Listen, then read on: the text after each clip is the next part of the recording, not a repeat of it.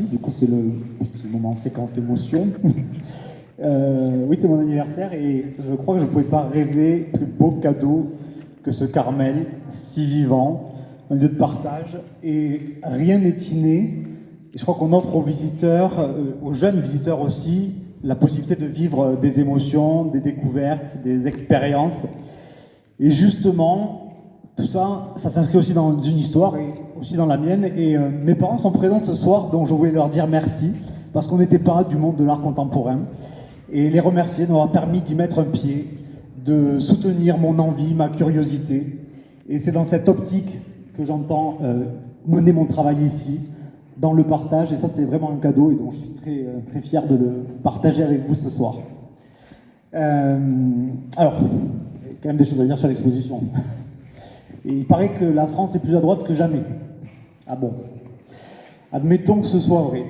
Eh bien, heureusement qu'il y a des gens comme toi, Anne, capables d'abolir certaines frontières, de montrer que l'art refuse les étiquettes, que l'art respecte les individus, leurs choix, leur singularité. Les artistes ici, ce soir, ne se laissent enfermer ni dans des cases, ni dans des courants dominants. Tu sais que je t'aime beaucoup, Anne. J'espère d'ailleurs que c'est réciproque. Et ce que j'aime surtout chez toi, c'est ta radicalité, ta ligne claire, ton regard et ta détermination à offrir un espace à des artistes entre guillemets marginaux, hors des sentiers battus, dirons-nous. Alors quelle joie justement d'accueillir aujourd'hui 7 artistes qui cultivent à ce point leur singularité. Et je voulais t'assurer, et je crois que Madame le maire et Jean-Luc Lepéry seront d'accord avec moi, que ces artistes auront toujours une place ici, parce que c'est justement ça l'idée du Carmel, un espace décloisonné où les frontières disparaissent, un espace où les mondes se rencontrent et où on n'a pas peur d'explorer des univers singuliers, où l'on ose finalement la différence. Alors il y a quelques semaines, l'artiste qu'on invitait ici ne touchait pas la matière. Il donnait des ordres à une machine et c'est l'intelligence artificielle qui crée le travail à sa place. Ce grand écart, c'est une richesse, c'est une fenêtre sur la pluralité de l'art contemporain et c'est la ligne que nous on a choisie au Carmel.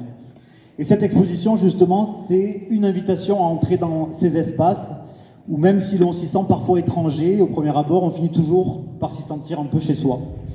Et c'est ça la force de l'art, ouvrir des portes vers des mondes nouveaux, tout en nous rappelant qu'au fond, on fait tous partie du même monde. Alors il ne faut pas croire, mais dans le monde de l'art, tout n'est pas toujours aussi ouvert qu'on le croit justement. Le monde de l'art, il a aussi tendance à s'uniformiser, comme tout, et c'est un peu le drame de cette époque. Et c'est justement là qu'est tout l'intérêt de ta radicalité, ma chère Anne. Les artistes que tu as invités ici et que tu prendras le soin de nous présenter une fois que j'aurai fini mon long discours,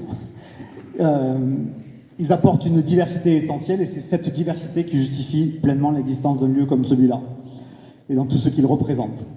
Donc grâce à toi et grâce à tous les artistes, que je tiens à remercier moi aussi, on combat cette uniformisation en ouvrant nos portes à des visions singulières.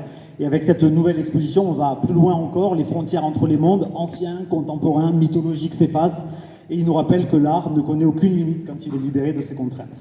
Alors accueillir cette exposition ici au Carmel, c'est aussi réaffirmer un engagement qui vous est cher, Madame le maire, et à vous aussi, Jean-Luc, un engagement à ouvrir les horizons, à célébrer la diversité. Et c'est comme ça que l'art, je crois, contribue à construire un monde plus riche, plus inclusif et plus humain. Et c'est d'ailleurs, je crois, pourquoi aussi il est aussi indispensable à nos vies. Donc je souhaite encore remercier chaleureusement les artistes. On a passé ces derniers jours ensemble et ce sont toujours des moments forts. Et le plus beau moment, c'est celui quand l'exposition ne nous appartient plus, qu'on l'ouvre au public. Donc merci encore pour cette aventure. Merci à vous tous de venir toujours plus nombreux. Merci aux jeunes du Conservatoire de Pamiers qui ont enregistré les voix, qui délivrent des messages dans les coursives du cloître. Et merci donc de nourrir le souvenir qui se tisse ici, au Carmel, à chaque fois que vous venez de plus en plus nombreux. Voilà, je crois que j'ai tout dit, et il me reste de te laisser la parole, Anne, et de te dire encore un immense, immense, immense merci.